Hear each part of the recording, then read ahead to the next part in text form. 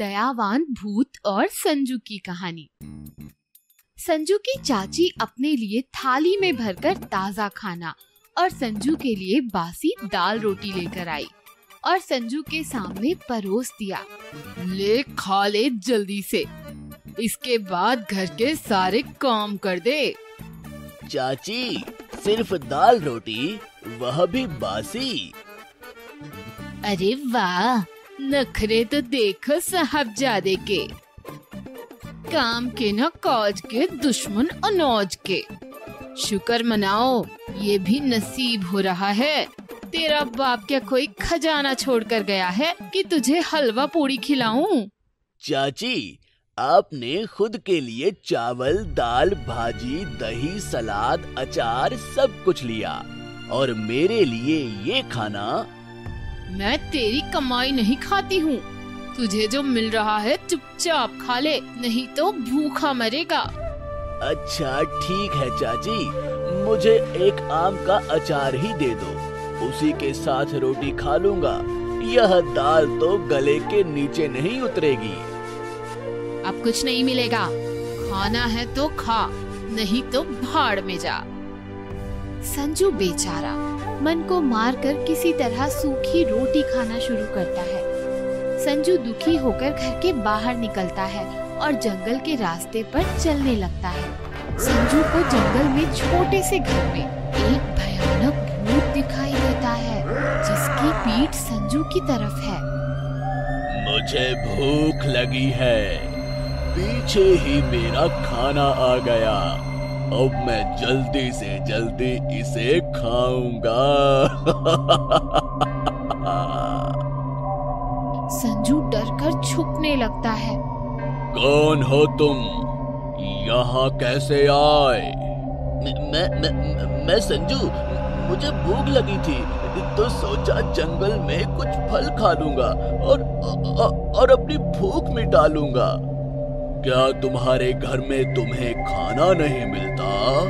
सूखी रोटी मिली थी, पेट भी नहीं भरा। कैसी माँ है तुम्हारी जो पेट भरकर खाना भी नहीं देती? मेरे माँ बाप नहीं हैं, चाचा चाची हैं। चाची मुझे कभी भी पेट भर खाना नहीं देती। संजू, तुम्हें भूख लगी है ना? चलो मैं तुम्हें अच्छा खाना खिलाता हूँ। बोलो, तुम क्या खाओगे? हलवा पूरी, मिठाई, स्वादिष्ट सब्जी, दाल, चावल, सलाद, अचार, जो चाहिए बोलो। आप सच कह रहे हैं? क्या सचमुच मुझे यह सब खाने को मिलेगा? भूत ने अपना हाथ आगे किया और कई पकवान और व्यंजन सामने सज गए। संजू, पिछली बातें भूल जाओ, जी भरकर खूब खाओ। संजू और भूत दोनों बड़े प्यार से खाने लगते हैं। उनके आसपास कुछ पंछी भी आते हैं और उनको भी खाना मिल जाता है। आप बहुत अच्छे हैं, दयावान हैं। मैं कहता हूँ आप सचमुच महान हैं।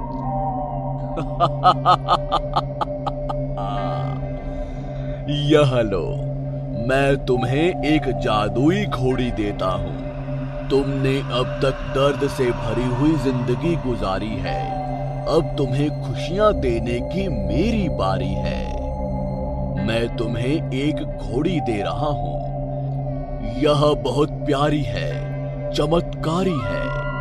जो कह दो वह सुनती है, हवा से बातें करती है, आसमान में उड़ती है।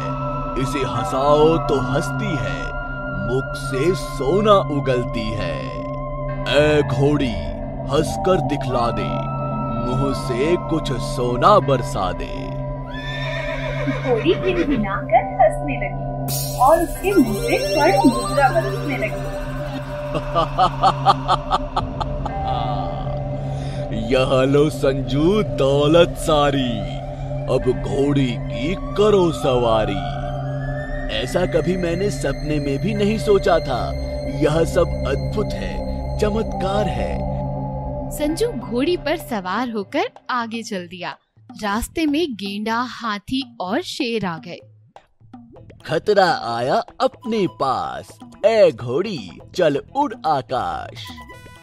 जैसे ही शेर वार के लिए आगे उछला, घोड़ी ने हवा में उड़ते उड़ते पिछले पैर की दुलत्ती से उसके मुंह का नक्शा ही बदल दिया। संजू ने बाजार में पहुंचकर चाचा चाची और अपने लिए अच्छे अच्छे कपड़े लिए। उनका हुलिया ही बदल गया था। उनके चाचा ने जब उसे देखा तो देखते ही रह गए। चाचा जी प्रणाम। बेटा जीते रहो, कहाँ थे तुम?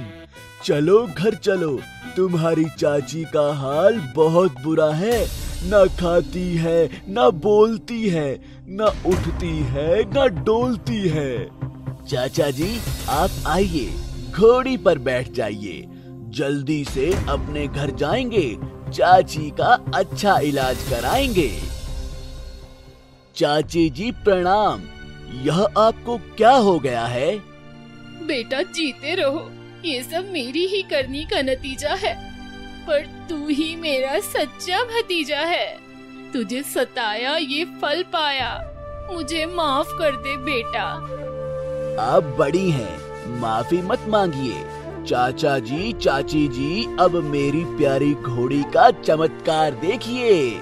ए घोड़ी हंसकर दिखला दे, सोने के सिक्के बरसा दे। घोड़ी ने सोने के सिक्कों का ढेर लगा दिया।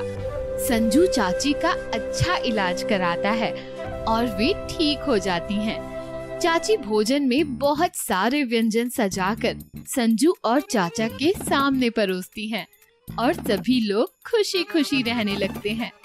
हर रिश्ते का हो सम्मान, सबके पूरे हो अरमान। लालची चुड़ैल। चुड़ैल के सर पर शादी का भूत। गांव का एक नौजवान मदन रात्रि में अकेले अपने गांव जा रहा था। उसके सामने एक चुड़ैल आकर खड़ी हो जाती है। प्यारे नौजवान, तुम कहाँ जा रहे हो? मैं अपने घर जा रहा हूँ। तुम कौन हो? मैं एक कुंवारी स्त्री हूँ। क्या तुम्हारा विवाह हो चुका है? नहीं। तुम मुझसे शादी कर लो। मेरी बात मानोगे तो माला माल हो जाओगे और नहीं मानोगे तो कंगाल हो जाओगे। मैं कल तुम्हें सोच कर बताऊंगा। ठीक है, मेरी बात पर गौर करना। मैं तुम्हें सोने के झूले में झुलाऊंगी, स्वादिष्ट व्यंजन और पकवान भी खिलाऊंगी, सुंदर सुंदर वस्त्र दिलाऊंगी और दुनिया की सैर कराऊंगी। दूसरे दिन। अरे यार रतन, कल रात मुझे एक चुड़ैल मिल गई थी। उसने मुझसे शादी करने की लालच में मुझे घेर लिया था। क्या बात कुछ आगे बढ़ी? अरे मजाक मत कर यार, किसी तरह से वहाँ से बचकर निकल पाया। उसने कहा शादी करोगे तो माला माल, नहीं करोगे तो कंगाल। तो कर लेना शादी, हो जा माला माल। कैसी बात कर रहा है तू?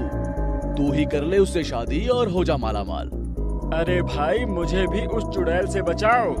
उसके सर पर तो शादी का भूत चढ़ा हुआ है। तुझे कहाँ मिल गई वो चुड़ैल? शादी, माला माल, कंगाल, सोने का झूला, यही सब कहा होगा। हाँ हाँ, यही सब तो कह रही थी। उसके मुंह से शादी की लार टपक रही थी। कई घंटे तक मुझे जंगल में घुमाया, शादी का वादा किया तब ही बच पाया। बधाई हो, बधाई हो। अब मुहूर्त निकाल ले भाई। तू चुप कर। उसी रात चुड़ैल रतन को पकड़ लेती है। कहाँ जा रहा है राजा? मेरी बात सुन ले, आजा। दोनों शादी रचाएंगे, नई दुनिया बसाएंगे। मैं मुझे माफ कर दो। मेरी एक बात सुन लो। अपनी ही बिरादरी के किसी भूत से शादी कर लो। तुम इंसान हो, मेरी बात मानोगे, शादी के बाद मेरे आगे पीछे नाचोगे। भूत तो हमेशा अपनी मनमानी करेगा, मुझसे हमेशा आनाकानी करेगा। ठीक है, पंडित जी से जाकर बात करूंगा, फिर कल आकर तुमसे मुलाकात करूंगा। गांव के सारे कुंवारे मिलकर एक बहुत बड़े ऋषि की शरण में चले जाते हैं। हे ऋषिवर, मैं आपके चरणों में प्रणाम करता हूँ। कल्याण हो। कहो बच्चों, कैसे आना हुआ? ऋषिवर, एक चुड़ैल के सर पर शादी का भूत सवार है। वह हर कुंवारे से शादी करने को तैयार है। हम सभी को बहुत परेशान करती है। हमें उस चुड़ैल से बचाइए, कोई राह दिखाइए। मुझे उस चुड़ैल को यहाँ बुलाना होगा। इसके बाद उसका ब्याह रचाना होगा।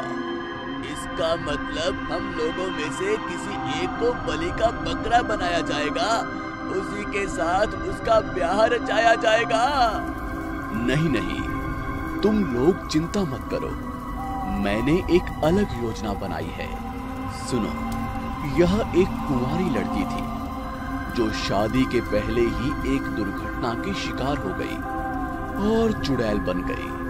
ऋषि ने अपनी मंत्र शक्ति से उस चुड़ैल को वहाँ बुलाया और उसके साथ साथ कई भूतों को भी वहाँ प्रकट किया। हे चुड़ैल, आज तेरा स्वयंवर है, इनमें से चुन ले जो तेरा प्रिय वर है। चुड़ैल ने एक एक करके सब पर दिखा डाली और एक भूत के गले में वरमाला डालकर निहाल हो गई। उन सब की विदाई हो गई। सारे कुंवारे खुशी से झूम उठे और उन्होंने ऋषि के चरणों में प्रणाम करते हुए उन्हें धन्यवाद दिया।